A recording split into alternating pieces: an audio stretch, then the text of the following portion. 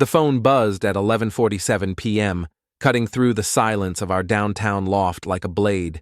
I was hunched over my drafting table, sketching lighting designs for the new waterfront hotel project, when the notification lit up the screen. Brielle's phone, forgotten on the kitchen counter again. I shouldn't have looked. I knew that even as I walked over, my bare feet silent on the cold hardwood floors.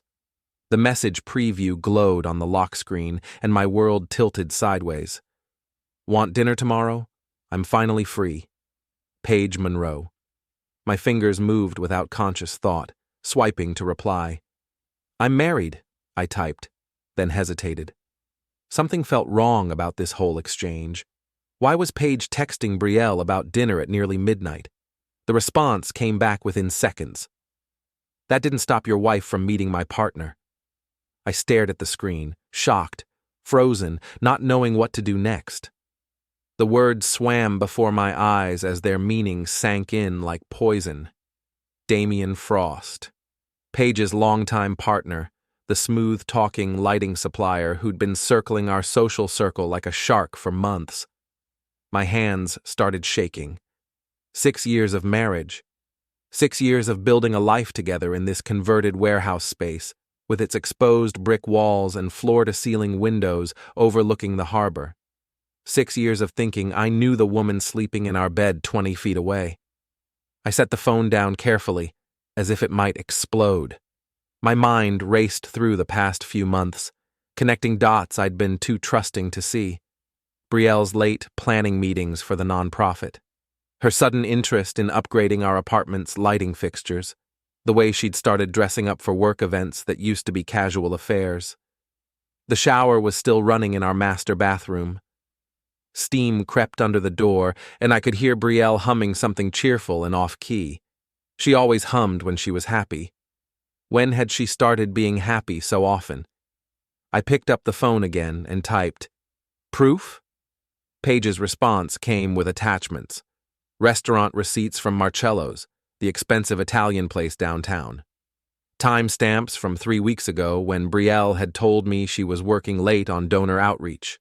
Photos of a couple at a corner table, heads bent together intimately. The woman's blonde hair caught the candlelight perfectly. My wife's hair. More where that came from. Paige's message read, "Meet me tomorrow. Rico's Bar, 6 p.m. Come alone." The shower shut off. I deleted the conversation thread and placed the phone exactly where I'd found it, then walked back to my drafting table on unsteady legs. My lighting design looked different now. The careful calculations for illumination and shadow seemed like a metaphor for everything I'd failed to see. Brielle emerged from the bathroom in a cloud of lavender-scented steam, wrapped in the fluffy white robe I'd bought her for Christmas. Her skin was flushed pink from the heat, and she looked radiant. Guilty radiant, I realized now.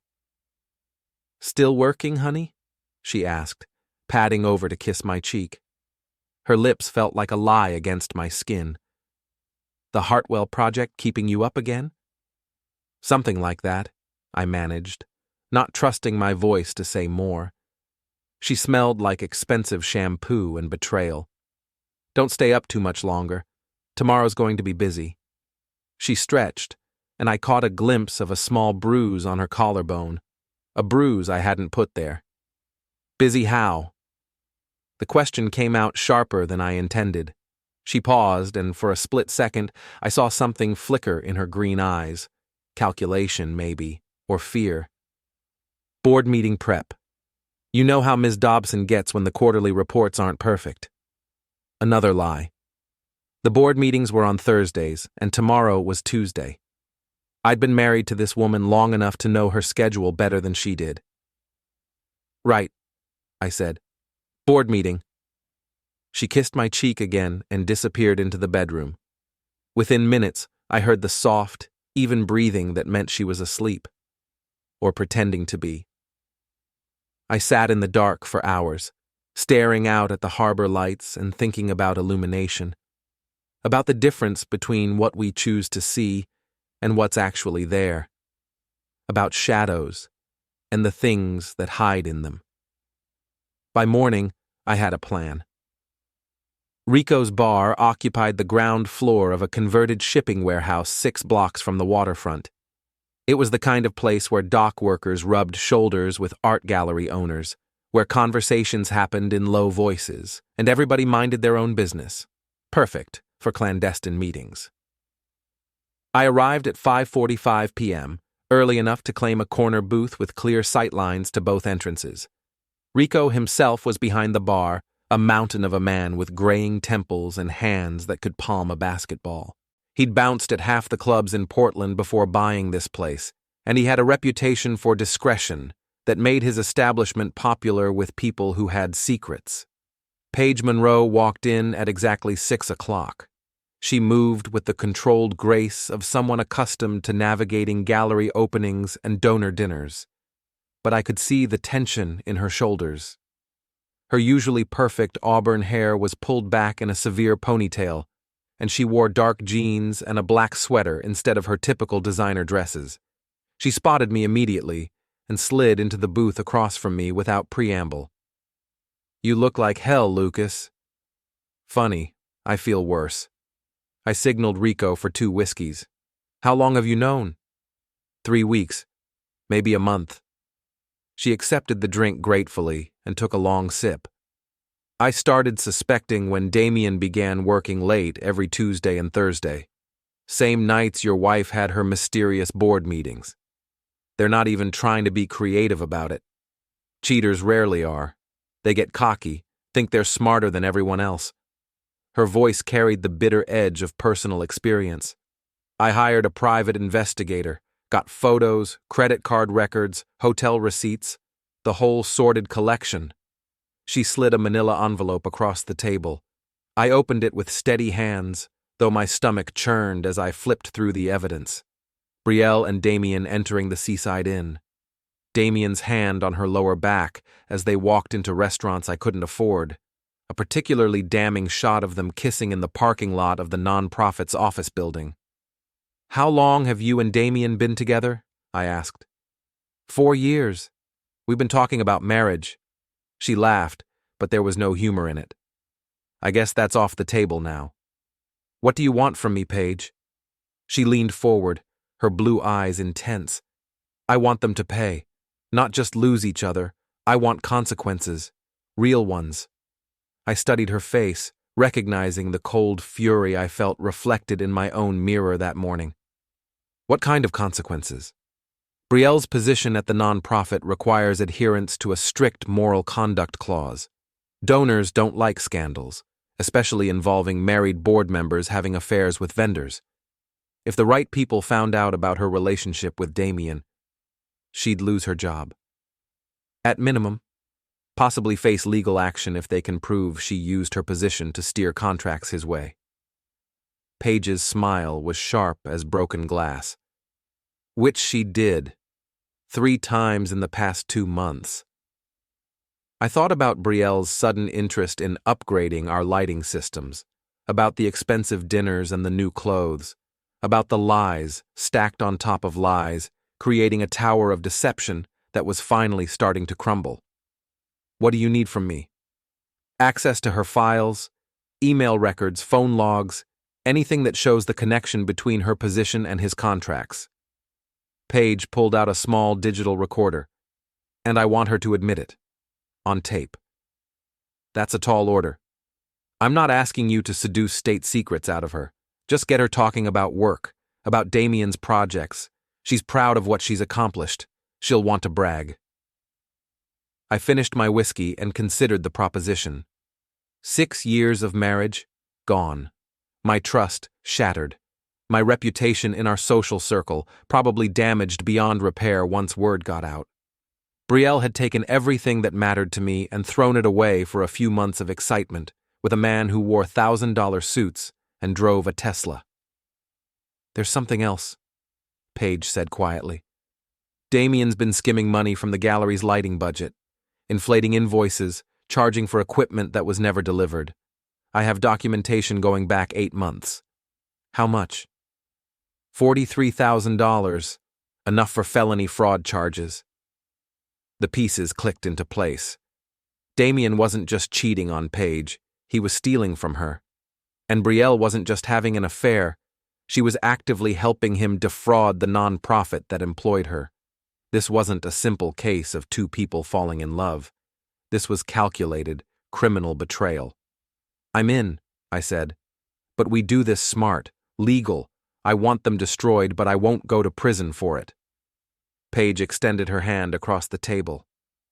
"Partners?" I shook it, feeling the calluses on her palm from years of handling artwork and lighting equipment. "Partners. But I have conditions." "Name them." "First, we document everything, every conversation, every piece of evidence, every step we take. If this goes sideways, I want a paper trail that proves we acted within the law." "Agreed." "Second, we give them a chance to come clean. One opportunity to confess and face the consequences with whatever dignity they have left." Paige's expression hardened. "And when they refuse?" "Then we burn their lives to the ground." The next morning, I woke up before Brielle and made coffee with the methodical precision of a man preparing for war.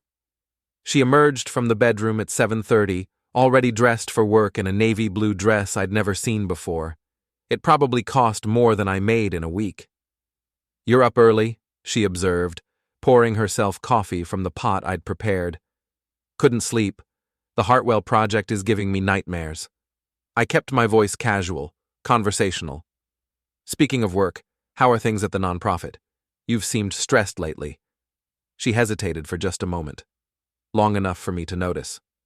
"Oh, you know how it is. Donor relations are always complicated. Everyone wants their pet projects prioritized." "Any interesting new vendors? I know you've been updating some of the lighting systems."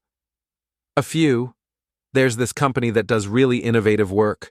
Frost Illumination, I think. Their designer has some creative ideas about integrating art with functional lighting." Frost Illumination, Damian's company. She was talking about her lover's business at our breakfast table, lying to my face with the casual ease of someone who'd had plenty of practice. "Sounds expensive," I said. "Quality costs money, Lucas. You should know that better than anyone." There was an edge to her voice now, a defensive sharpness that confirmed what I already knew. "Of course. I just hope the board is getting good value for their investment." She finished her coffee quickly and grabbed her purse. "I'll be late tonight. Board strategy session with Ms. Dobson and the Finance Committee." Another lie. The Finance Committee met on Wednesdays, not Tuesdays. I'd attended enough non-profit events with Brielle to know their schedule. "How late?" "Probably 10 or 11. Don't wait up." She kissed my cheek, the same perfunctory gesture she'd been giving me for months. "Love you." "Love you too," I replied automatically, tasting the bitter irony of the words. After she left, I called my assistant, Eli Rodriguez, and asked him to clear my afternoon schedule. Eli had worked with me for 3 years, ever since he'd graduated from the technical college with a degree in electrical engineering. He was smart, loyal, and had a flexible relationship with conventional morality that made him perfect for what I had in mind. "Boss, you sound like someone stole your lunch money and kicked your dog," he said when I explained the situation.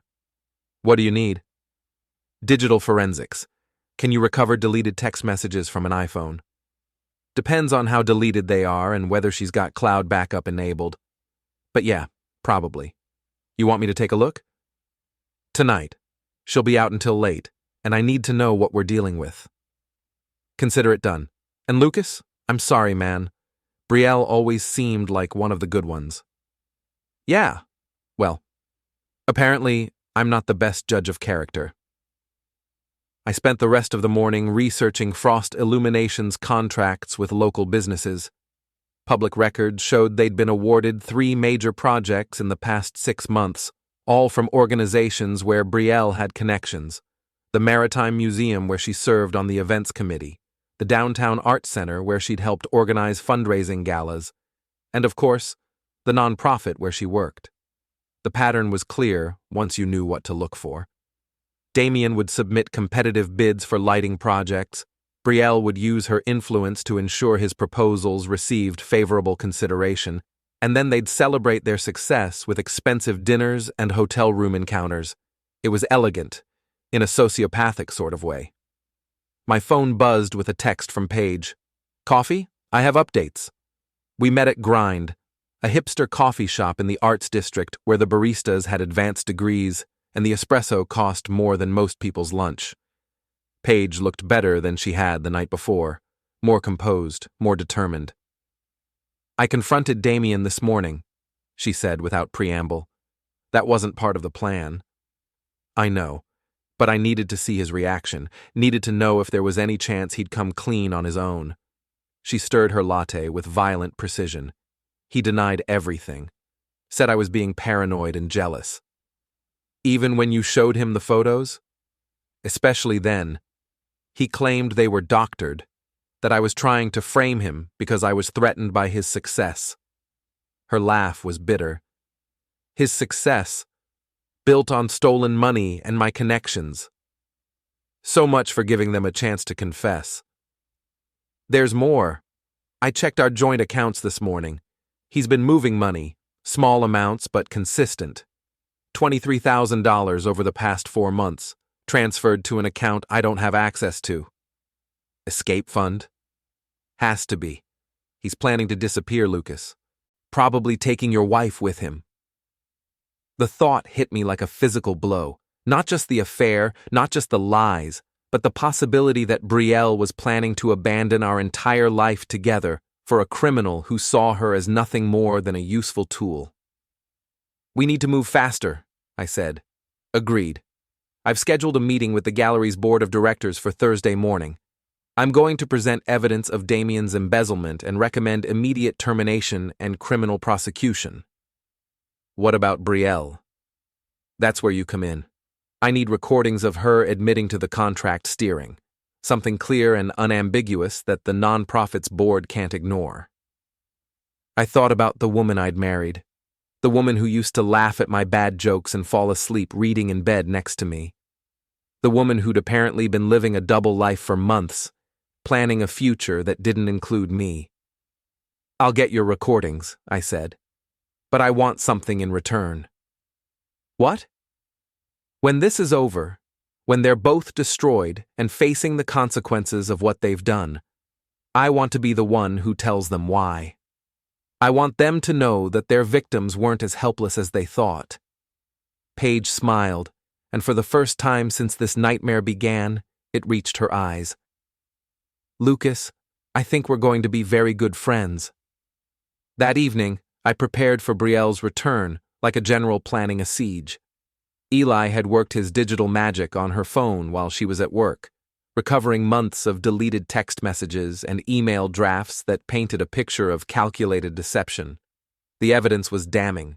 Explicit coordination between Brielle and Damian about upcoming contract opportunities, discussions of how to present his proposals in the most favorable light, and increasingly intimate exchanges that made my stomach turn. But the smoking gun was a draft email from 3 weeks ago, never sent, but automatically saved to her cloud storage. "D. The Maritime Museum project is yours if you want it. Board meets Thursday to review proposals. Make sure your bid comes in at 15% under the competition and emphasize the artistic integration angle. They eat that stuff up. Can't wait to celebrate with you at our usual place." B. It was conspiracy to commit fraud, laid out in black and white. I set up my laptop to record audio and positioned myself at the kitchen table where we usually discussed our days. The domestic normalcy of the setting felt surreal given what I was about to do. Brielle came home at 9:47 p.m., later than usual but not as late as she'd predicted. She looked flushed and slightly disheveled, her lipstick gone and her hair mussed in a way that suggested she'd been doing more than sitting in boardrooms. "How was the strategy session?" I asked as she poured herself a glass of wine. "Productive. We're implementing some new vendor evaluation procedures that should streamline the bidding process." She settled into the chair across from me, apparently relaxed. "How was your day?" "Interesting. I've been thinking about expanding Ward Lighting's client base, Maybe pursuing some institutional contracts. Her hand paused halfway to her mouth. Institutional? Museums, arts organizations, nonprofits, that kind of thing. I know you have connections in that world. I kept my voice casual, curious. Any advice on how to break in? It's competitive. Established vendors have a lot of advantages. Like Frost Illumination? She set down her wine glass carefully. What about them? They seem to be doing well lately. 3 major contracts in 6 months. That's impressive for a relatively new company. Damian Frost is very talented. You know him personally? The question hung in the air between us like a loaded weapon. I watched her face, saw the micro-expressions that betrayed her internal struggle. Deny and risk being caught in a lie, or admit to knowing him and try to control the narrative. We've met at industry events. He's charismatic. I bet he is. Charismatic enough to win contracts based on charm rather than competitive bidding. Her eyes narrowed. What's that supposed to mean? Nothing. I'm just trying to understand how the game works. How someone like Damian manages to consistently underbid the competition while still maintaining quality. Maybe he's just better at managing costs. Or maybe he has inside information about what the competition is bidding. Brielle stood up abruptly, her chair scraping against the hardwood floor. I don't like what you're implying, Lucas. I'm not implying anything. I'm asking direct questions about how contract awards work in your industry. My industry? Since when do you care about nonprofit administration? Since my wife started working late 3 nights a week and coming home smelling like someone else's cologne. The words hung between us like a blade. Brielle's face went pale, then flushed red. For a moment, I thought she might confess, might break down and admit everything. Instead, she went on the attack. How dare you? How dare you sit there and accuse me of whatever sick thing you're thinking? I'm thinking that you've been having an affair with Damian Frost. I'm thinking that you've been using your position at the nonprofit to steer contracts to his company. And I'm thinking that you've been lying to me about it for months. You're paranoid and you're wrong. Am I? Then explain the restaurant receipts. Explain the hotel charges on credit cards I've never seen. Explain why Damian's company has won every contract you've had influence over in the past 6 months. She stared at me for a long moment, and I saw the exact instant when she realized I had evidence. Her expression shifted from outrage to calculation to something that might have been relief. Fine, she said quietly. You want the truth? Yes. I've been seeing Damian. Yes, I've helped his company win contracts. And yes, I've been lying to you about it. The admission hit me like a physical blow, even though I'd known it was coming. Hearing her say it, seeing the defiant tilt of her chin as she threw 6 years of marriage away, was worse than I'd imagined. Why? Because I'm tired, Lucas. I'm tired of being married to someone who's content to design lighting for strip malls and office buildings. I'm tired of living in this converted warehouse and pretending that your small-time business is enough. Damian has vision. He has ambition. He's a criminal, Brielle. He's been embezzling money from Paige's gallery. That's ridiculous.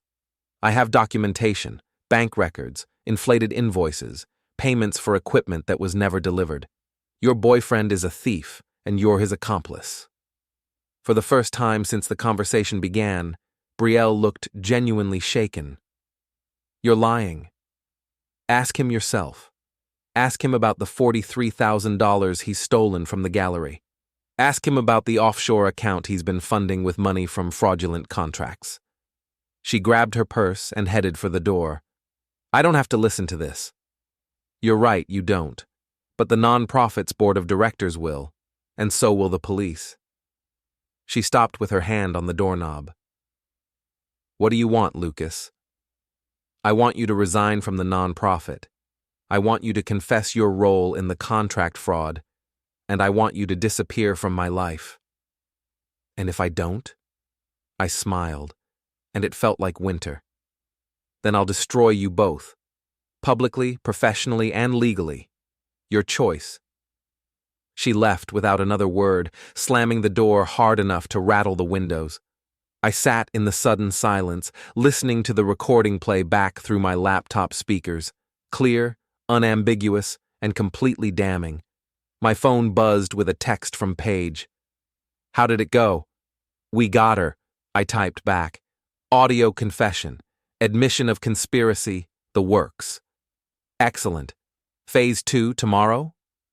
I looked around the loft that had been our home, at the photographs on the walls and the furniture we'd chosen together. By tomorrow night, this chapter of my life would be over. Phase 2, I confirmed.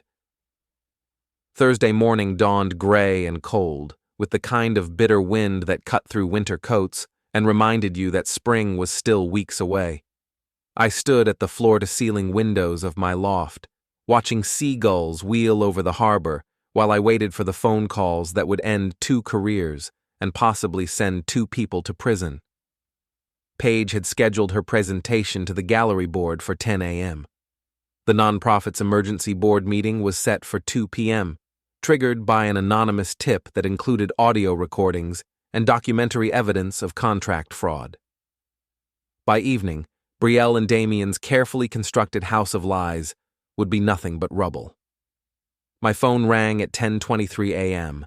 Paige's voice was tight with controlled satisfaction. "It's done. The board voted unanimously to terminate Damian and pursue criminal charges. They're also conducting a full audit of every contract he's been involved with over the past year." How did he react? Denied everything at first, then tried to blame me for setting him up. When they showed him the bank records, he actually had the nerve to claim it was a misunderstanding. She paused. "He asked about you. Specifically, he asked if you were involved in gathering the evidence. What did you tell him?" "That he'd find out soon enough." At 11:15, my phone buzzed with a text from Brielle. "We need to talk. Meet me at Marcello's at noon." Marcello's, the same restaurant where she'd conducted her clandestine meetings with Damian. The irony was almost too perfect. I arrived early and chose a table with a clear view of the entrance. The lunch crowd was just beginning to filter in, business people and tourists drawn by the promise of authentic Italian cuisine and harbor views. I ordered coffee and waited. Brielle walked in at exactly noon, scanning the restaurant until she spotted me. She looked like she'd aged 5 years overnight. Her usually perfect makeup couldn't quite hide the dark circles under her eyes, and her hands shook slightly as she sat down across from me. "Damian was fired this morning," she said without preamble. "I heard.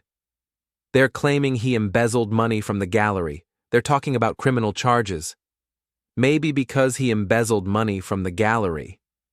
She leaned forward, her voice dropping to an urgent whisper. "Lucas, you have to help him. This is all a misunderstanding. Paige is trying to frame him because she's jealous." "Jealous of what? The fact that he's been stealing from her for months while sleeping with my wife?" "He loves me." The simple statement hung between us like a challenge. I studied her face, looking for any trace of the woman I'd married, the woman who used to care about things like honesty and integrity. "Does he? Or does he love what you can do for his business?" "You don't understand what we have together." "I understand that you threw away 6 years of marriage for a criminal who's about to be arrested for fraud." Her composure cracked. "I never meant for it to happen. It just did. Damian made me feel alive again, made me feel like I was part of something important." Contract fraud is important. Building something together, creating opportunities. You wouldn't understand. You're content to stay small, to never take risks. "I took a risk once. I married you." The words hit her like a slap. She sat back in her chair, blinking rapidly. "That's not fair." "Fair? You want to talk about fair?" I pulled out my phone and played back a portion of the previous night's recording, her voice clear and unmistakable, admitting to steering contracts to Damian's company. The color drained from her face. "You recorded me." "I documented a confession. There's a difference."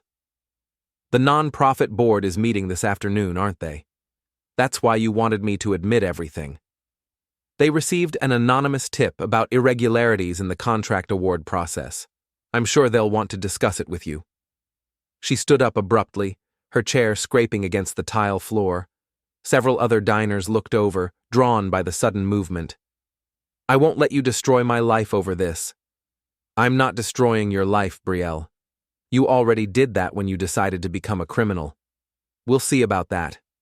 She stormed out, leaving me alone with my coffee and the growing certainty that this was far from over. Brielle had always been a fighter, and cornered fighters were dangerous. My phone rang at 2:47 p.m. Ms. Dobson's voice was crisp and professional, but I could hear the underlying anger. Mr. Ward, I'm calling to inform you that your wife has been terminated from her position with our organization, effective immediately. We're also referring this matter to the district attorney's office for possible criminal prosecution. I see. May I ask what prompted this action? I think you know exactly what prompted it. The question is whether you were complicit in her actions or simply an unwitting victim. I assure you, Ms. Dobson, I had no knowledge of my wife's activities until very recently. I hope that's true, Mr. Ward, for your sake. The line went silent. I sat in the growing afternoon shadows, thinking about consequences and choices and the way a life could unravel in the space of a few phone calls. At 6:30 p.m., there was a knock at my door. I opened it to find Damian Frost standing in the hallway, his usually perfect appearance disheveled. His expensive suit was wrinkled, his tie askew, and his eyes held the desperate look of a man watching his world collapse. We need to talk, he said. No, we don't. I started to close the door, but he put his hand against it, pushing back. 5 minutes. That's all I'm asking. You're not in a position to ask for anything. Please. The word came out broken, desperate. Against my better judgment, I stepped aside and let him in. He walked to the center of the living room and turned to face me, his hands clenched at his sides. You did this. You and Paige. You planned this whole thing. We documented crimes that you and my wife committed. There's a difference. Brielle loves me. What we have is real. What you have is conspiracy to commit fraud. What you had was a good thing going until you got greedy. I never meant for anyone to get hurt. But they did. Paige got hurt. I got hurt. The organizations you defrauded got hurt. And now, you're going to face the consequences. He sank into one of my chairs uninvited, his head in his hands. They're talking about federal charges. Wire fraud, conspiracy, racketeering. I could go to prison for 20 years. You should have thought about that before you decided to become a criminal. I can make this right. I can pay back the money, dissolve the contracts, make full restitution. It's too late for that. He looked up at me, and I saw something that might have been genuine remorse in his eyes. Brielle doesn't know about the embezzlement. She thought the contract steering was just competitive advantage. She's not a criminal, she's just a woman who fell in love with the wrong person. She made her choices. Now she gets to live with them. And you?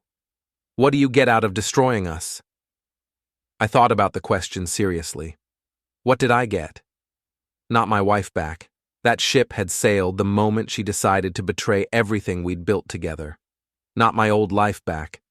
Too much had been broken to ever repair. I get justice, I said finally. I get the satisfaction of knowing that actions have consequences, even for people who think they're too smart to get caught. You get revenge.